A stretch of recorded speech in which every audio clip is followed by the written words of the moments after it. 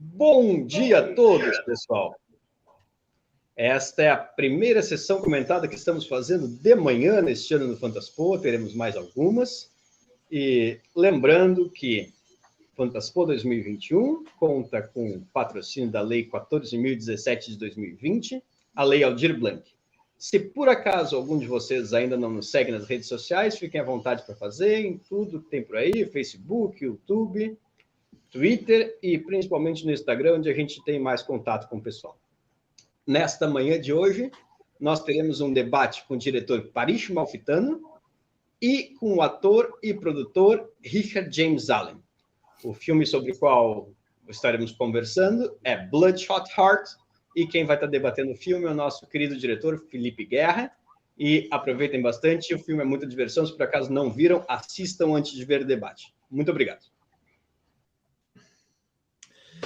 So, Parish, the first question you probably heard a lot, but the film looks like a giallo, sounds like a giallo, but it's not a giallo, right? So it's reminiscent of this Italian cinema that I also love from the 60s and the 70s. The characters even speak Italian, you know, and there's a scene where Hans goes to the cinema to watch a Euroslash, you know. Yeah. So can you talk about this influence of Italian cinema on your film? Yeah. Again? Well, it's interesting because I don't want to ever I always want to allow the audience a certain sense of mystery with the film and allow the audience to kind of project what they want onto the film. And I wouldn't say I really went out of our way to make a giallo, but I'm subconsciously very much influenced by that genre. And I think that just through the process of making the film and writing it, it's become like an Australian version of a giallo.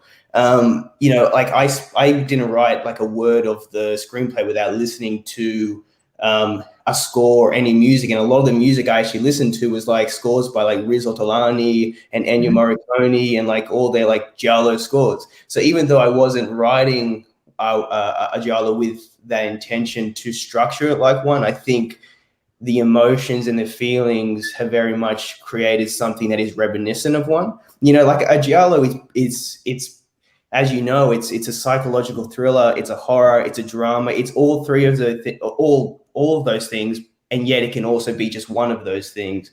And it's a constant debate with people about what actually constitutes a giallo. Like there are the typical filmmakers like Dario Argento and Mario Bava and Lucio Fulcio. And they're like the cornerstones of those giallo filmmakers. Then everyone else is a debate.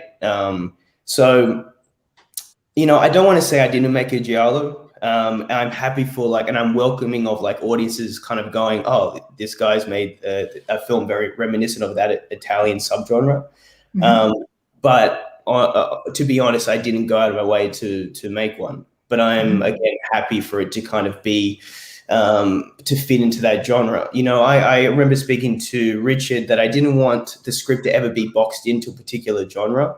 I think that when that happens, it doesn't allow when a film fits into like a particular genre like horror or thriller or drama, it puts it in that genre. It doesn't allow the audience to kind of use their imagination and for the film to kind of live beyond those parameters. So I think it's both a giallo and not a giallo. And you know, I wanted to make something that was reminiscent of American independent cinema and Italian cinema and B-grade sensibilities, but that also took itself seriously. And you know, the thing is with giallo cinema is that it's a popular cinema. It was made for entertainment, and that means that audiences sometimes don't take it very seriously. So there's an interesting thing that's happening with the film where it's like the audience are expecting to see something that fits into that genre, and then they're getting something that's quite different, and they don't really know how to handle that. So it's something that I'm traversing and I'm trying to work out. But it's very exciting and interesting to see how people do respond to it. So yeah. So the mood was there, let's say. Yeah, it's all about, you know, the mood and the feeling. The film is very much a concoction of different feelings and progressions of thought and mood, and it kind of like music, you know. So yeah, the mood was definitely there in that atmosphere. And especially as we got into the edit, I was kind of surprised. I surprised myself, kind of realizing, oh, I've got elements of giallo there, because I didn't realize that, you know, really writing it, I would say.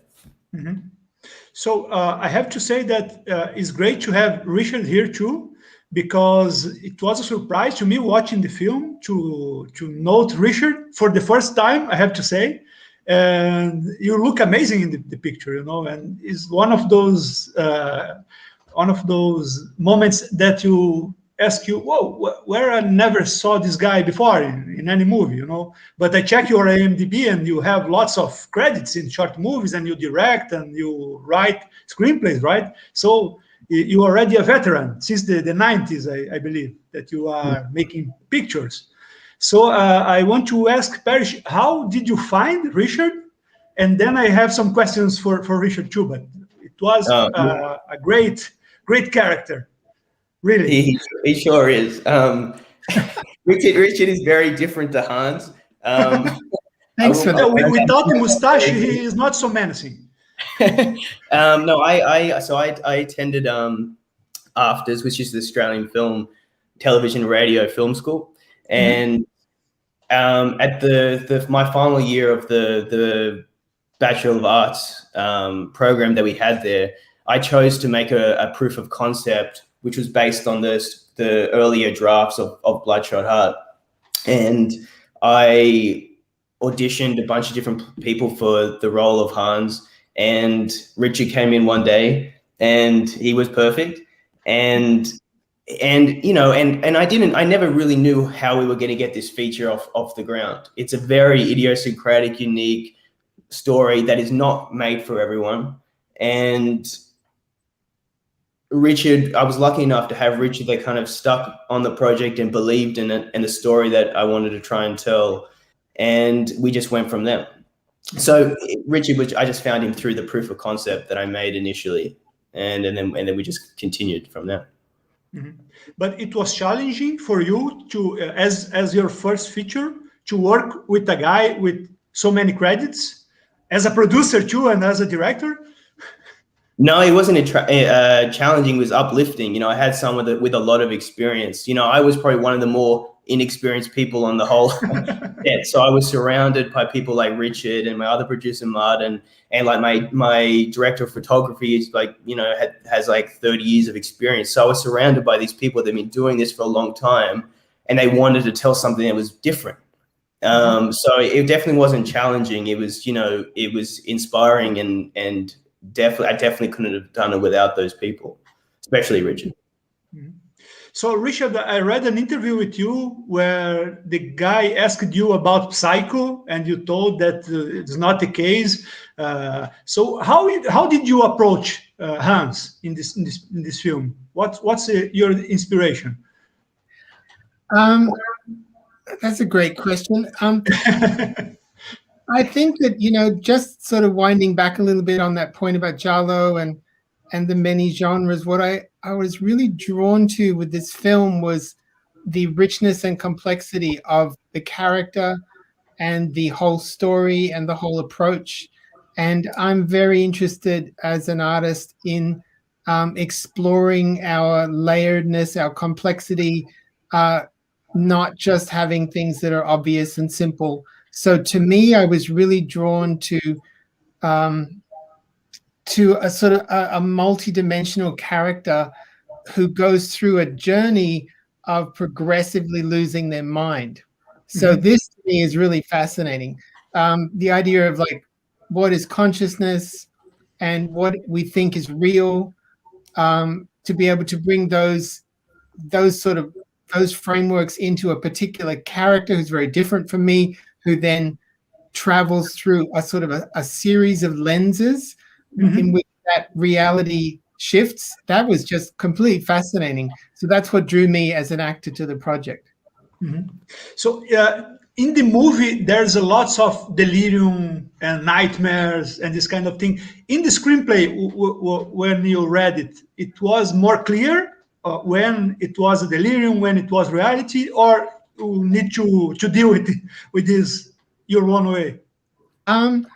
Look, I think we worked very carefully on the screenplay together to track a journey. And I think it was, I mean, I can't remember all the stages of it, but it was a kind of a question of like, well, it's interesting that film The Father is out now. I haven't seen it, but I did see the play. And, you know, it's interesting how that's the story of a character for whom the walls start to disappear, and then the floor starts to disappear, and the furniture disappears.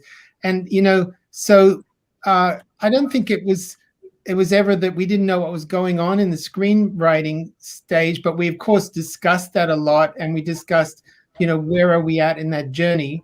And being part of that process, I was a script editor with Martin as well. Being part of that process with Parish was very helpful for me as an actor, because we, you know, Parish and I could always go, we're here, we're at this point, you know, we didn't say like 20% or 30%, but, you know, we're at the point where this is real and that's not real. And so it wasn't, I don't think we were ever lost. It was more like discussing where we would be at. But that was such a fascinating idea. I mean, I just see a lot of roles in films where, you know, someone just basically stays the same the whole time, or you know exactly what's going to happen as soon as you start. And I was like, this is great. You don't know what's going to happen. You don't know where you are. And that's much more like real life, which is much more complicated and much more interesting. And I guess I think that cinema should be more interesting, like real life. Unpredictable. Unpredictable, exactly. Yeah. So next question is for both. There's a few great films recently about a guy living with his mother and slowly losing his mind, like, for example, Joker, of course. And there's an amazing indie film called Rent-A-Paul. I don't know if you guys watch it, but is the same situation. He's an older guy living with his mother and slowly going crazy. Do you think your film has anything to do with these other pictures? And Richard, did you watch some of these pictures and maybe get some inspiration, or just a coincidence? Look, it's interesting. I think we discussed quite a lot about where does this film fit in the zeitgeist. And I'm actually glad when the Joker came out, because I was like, oh, okay, we do fit in the zeitgeist in a way. But I saw the Joker after finishing all the acting, and I haven't seen the other films. So I don't think there were any of those films which influenced us in our creativity. But I think we found, once we had done our work, that, oh, okay, we're not, you know, maybe something is going on in the culture now. And so there's a kind of a tuning, which I think is good. What do you think? Yeah, no, well, you know, that relationship between mothers and sons has always been an interesting cinematic, you know, relationship throughout, you know, the history of cinema, you know, right since back the beginning, probably. Yeah. So films like the Joker and that sort of contemporary cinema was never talked about, or never an influence, because it did come out after we had already made the film. You know, I remember just, you know, wanting to speak to Richard about who his character was in the story, and sit his character within that world without looking at the exterior, like outside of that, in a filmic sense. So it was never about kind of saying, oh, this is going to be like the Joker, or this is going to be like this, because then there is the chance of that originality or that uniqueness kind of disappearing. So, you know, it was important that it was always, that our discussions was always about the, you know, Hans's motivations and where that sat within the story, and always just staying true to that. You know, the film is, you know, very much a homage to cinema, but it was important never to get bogged down by that. and it's still a very personal film, and it still has personal feelings, you know, connected to my own mother, you know, and the, you know, bunch of different women in my life, and those relationships. So it always had to come from a personal place rather than a cinematic place.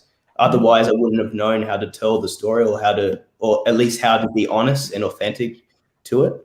Mm-hmm. Yeah. So I have a question for Martin, but maybe Parish can ask, because it's about the difficult to get such a unique project off the ground. It was difficult to find financing and a producer, or it was easy? Well, I found Richard first, and then Richard was able to bring on Martin, and you know, we kind of just went from there. Richard, do you want to also, you know, kind of provide that perspective? Yeah, look, I think this is a film that you know, basically what we felt, and I think more and more people felt this as they found out more about the project, was that this was a really interesting idea. And Parish was obviously a talented person and had something to offer that was unique and frankly pretty unusual within the Australian context and a lot of other contexts. And we didn't feel that it was necessarily a good idea to sort of wait and just go, all right, we'll go through years and years of funding and change the nature of the project. We felt there was something very fresh and unique here, and that we should find a way to respond to that. And lots of people felt that way and came on board the project. So there was, you know, it's a project that we really worked very hard to have excellent production values and fully realized technical expression of the ideas, but it was driven by a lot of passion and people committing to it because they, you know, because it wasn't just the usual thing. Just about this, there's the colors of the film that are amazing, and it's another thing that people keep asking Parish, that I read another interview where you explaining the colors, but it's such an amazing job, you know. Reminds Mario Bava, I believe that is a great influence in this, or not? Yeah, Mario Bava and, you know, Pedro Almodovar, you know, filmmakers like that really respond to color and use it in a symbolic sense. I think, especially in the Australian landscape, based on what I've seen, it's not something I usually come across. I see, you know, whether it's, you know, Spanish or Brazilian or European films, there's a burst of color, and I knew that, okay, we're making a psychological thriller, but it meant that I didn't want it to be just in darkness, and I didn't want it to be bathed in just blues and desaturated. And I wanted to use color as another layer to tell the story, and a way to use color like music to associate, you know, the color red, for example, to Hans, and what that represents to me or to you or to the audience. And just to find a way, just to, for me, it was always about how can I just create these layers of meaning throughout the film, and color was one of them. And that was just a crucial thing. I constantly, you know, worked with our production designer Dylan James Tonkin to really strive towards, especially considering we had such a limited budget, was how can we really pull this off when the production design was so vital to really conveying this delusional mind and this fragmented mind as it kind of moved towards psychosis. And I know that as a filmmaker, color will always be something that's, you know, I really treat seriously and very importantly as a way to convey the narrative and story. And it's something I definitely am influenced on by European cinema, especially. Yeah, and it's like every character has his own color, right? Because Hans is red, the girl obviously is yellow, and the mother is purple, right? If I remember correctly. Yeah, that's right. Yeah. But this is from the beginning. You wanted to do this, or is something that you arrange with the art director, or? No, from the very beginning, I remember I sent this, huge brief to the production design and went through every single color that each character had to respond to, and then I gave him the freedom to explore that and how we use those colors. And yeah, from the very beginning, I remember even writing that down as I was going through the screenplay. Was what associating a feeling and a connection to an umbilical cord to those characters through color. And those delirium scenes of the picture, you wrote those scenes, or did you improvise something during shooting? What scenes are you referring to? For example, there are some crazy images when Hans is losing his mind in the theater, for example. All that sex, and in the ending, the guy dressed with horns. Oh yeah, it was all written in the screenplay, but I think the screenplay was that was one thing, and then we rewrote it again in the edit.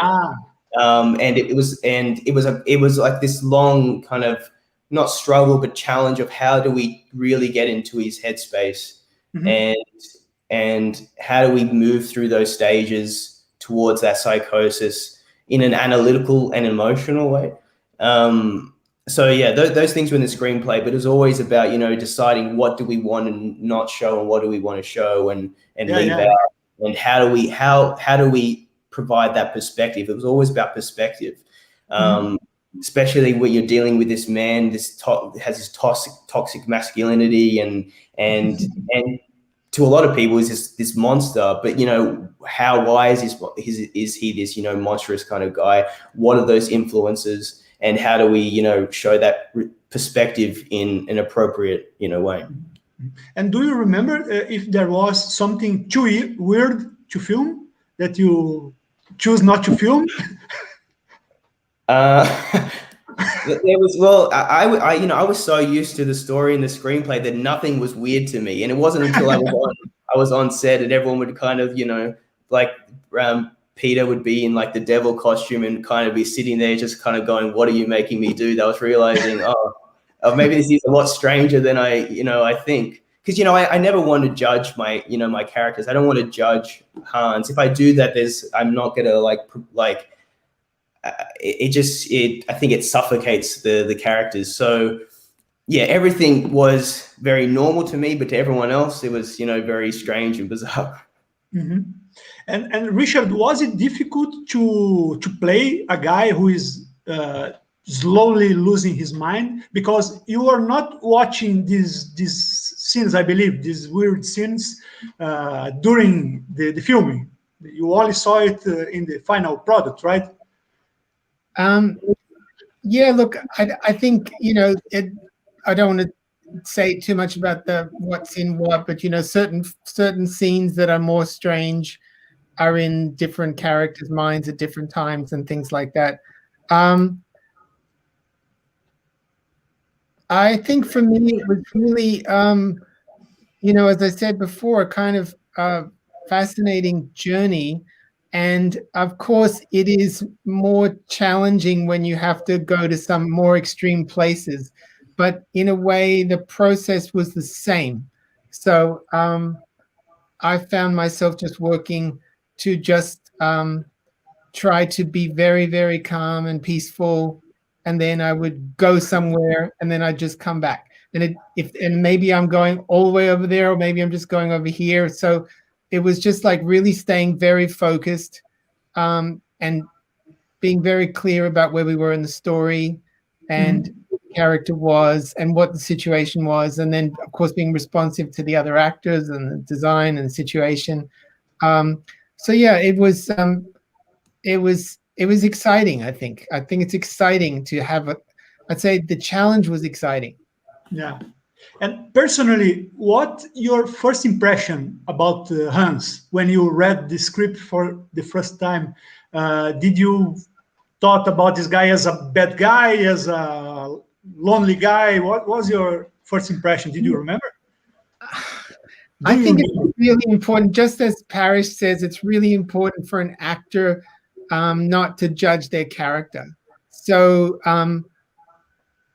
I try not to judge him on that level. I try to be sort of I'm not saying I'm supporting him, but to be sympathetic and mostly to try to understand how it is someone could go through these states of consciousness. And the more we investigated that, the more specific and real and logical it is that he would go to these places. So I think, taking the judgment question out altogether is much better. And just going, what exactly is happening with this human being at this moment, and how can we really explore that? And that's all. That's the whole thing. I think very early on, you were also trying to figure out was I Hans? I remember you asking those questions. I tell you how people are responding to Hans. They are speaking with you about. Just before I answer that, I will say that I didn't want to. There are certain films where you have a quote unquote bad guy or whatever who's a black hole, and I personally detest those films. I find it actually quite upsetting to just have representations of people that are so far gone that you have no access to it. I find it actually personally offensive. Maybe I find it upsetting because I don't want to imagine people like that, but also I just find it kind of disrespectful of our complex humanity. So to me, it was really about trying to have a journey of understanding, not so much about judgment. In the real world, I might have a judgment, but in this project. Sorry, what was your other question? Sorry. When audiences speak with you about Hans, what they speak with you like, oh, I feel sorry about Hans, or I hate Hans. What they say to you? Well, it's interesting. I mean, I think they're mixed. I mean, some people are sort of sorry for Hans, and I mean, I'll tell you I think quite funny story was that when we were doing the sound design, both the sound designer, who I love them both, and the sound mixer, quite separately, you go in a sound suite and they're working in front of you with the screen and all the gear, and you're sitting at the back and just, giving feedback as appropriate or whatever. And both of them said to me independently, without knowing each other, I don't know how I feel about having you sit behind me. So I think that told me quite a lot. And I just said, look, it's just me. I'm just a really nice person. Guess what? We're all creating Hans on the screen. And I think that's really important as well, that, I acted that role, but the role is is actually a fascinating construct of everybody involved in the project, because you don't have Hans without the costume, you don't have Hans without the camera angles or the editing. The mustache, the design. That was vital. You don't have Hans without the sound design and the music and the other characters. So, of course, I acted the role, and it was great to have that opportunity. But also I'm very cognizant of the fact that, and I would say that to them, then, you're also creating Hans. It's not just me creating Hans. We're creating Hans together. When you put that scary sound in there, you're creating Hans as much as me, So, yeah. So I don't know. We'll have to see. We're about to have the Sydney and Melbourne premieres, and we're going to have a lot more face-to-face screenings, because we haven't had so many of those because of COVID. So it will be interesting to see if people walk on the other side of the street when they see me. So, Parish, I'm curious about those small vignettes in film. I don't know if it's 16 or 8 millimeter. 8 millimeter, that one. 8 millimeter, right? But you are a young guy. You never worked with 8 millimeter before, or did you? No, that was my first time. I shot that, and I was just hopeful. I was holding the camera, just hopeful it was going to work. It's interesting because I am a younger guy, so I haven't grown up with film, the necessity of needing to film shoot on film. But at the same time, I feel a strong connection to loving celluloid and how that looks. And just the texture of it. I like anything that's tangible, and that's what that Super 8 does. And it also kind of tricks the audience a bit, because the rest of the film, we really wanted to give quality of it looking like it was shot on film. And by starting the film with that opening sequence that's actually shot on film, it kind of tricks the mind into thinking possibly, that this, that elements or that this might be, shot in film itself. But yeah, and also just as another symbolic indicator that, this is also very much about memory and cinema and that relationship. Yeah. And really looks great, right? Because you can put filters in digital footage, but the real footage is great. The real. I know when I got it back, it was like all shaking and everything. I was like, oh my god. Like, I just did not know what to get back with Super 8, but it's it feels like the most personal thing in the film because it is shot on film.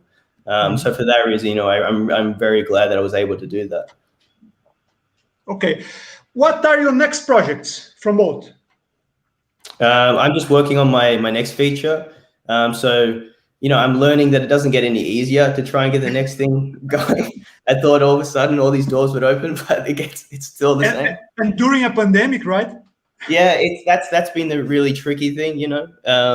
It's difficult for everyone, but especially to try and like bring out this little film into the world. It's a really interesting thing to give birth to that in a sense. But yeah, I'm just working on the next film and at the same time slowly getting this out to audience and seeing how they respond to it. Richard, what are you doing? Well, my production company, the physical TV company, is working on a few projects at the moment. We're developing some projects which my partner Karen Perlman is going to direct, and she's had an incredible run with her trilogy of films which resurrect from the shadows of history women film artists who've sort of been forgotten and left out. And so she was screening that trilogy tonight in Brisbane, and so we're building on that and working on the next project in that series. I'm working with a writer on a feature film that I'd like to direct, and fielding offers for hopefully fantastically interesting acting roles. I mean, I'm really keen to sink my teeth into something complex and rich again. So, yeah. So my last question is about the story of the real Hans that inspired the movie. That I read somewhere that there was a real Hans, a security guard, I think.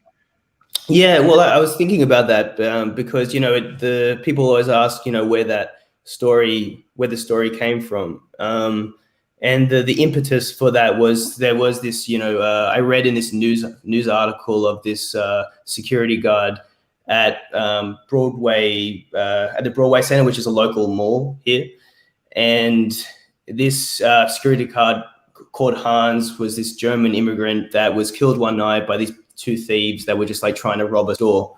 And he had no family in Australia, and I don't even know if he had any family, in Germany or not. But there was just a certain feeling of that I connected to that character that he just kind of passed through without anyone really taking notice of that.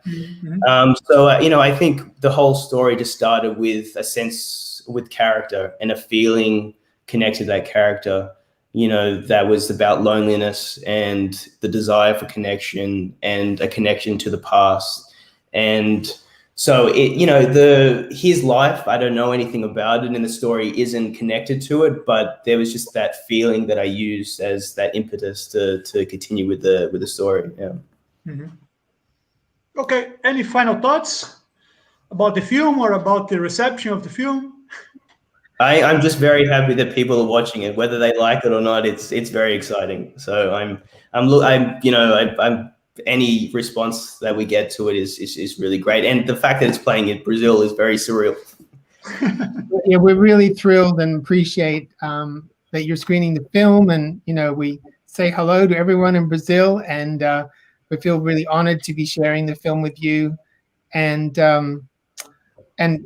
we're we're watching these reviews come out, and it's very exciting to see people's response. Yeah, it's an exciting moment. So guys, thanks a lot. Stay safe. Yes, Thank you so much. Yes, thank you so much. Good luck with everyone. Good luck to all the other filmmakers. And thank you to all of our cast and crew who worked so hard. Can't list them all, they're in the credits, but you know, this film wouldn't be there without their incredible passion, and we really salute that. Thanks a lot. Thank you. Bye-bye. Bye.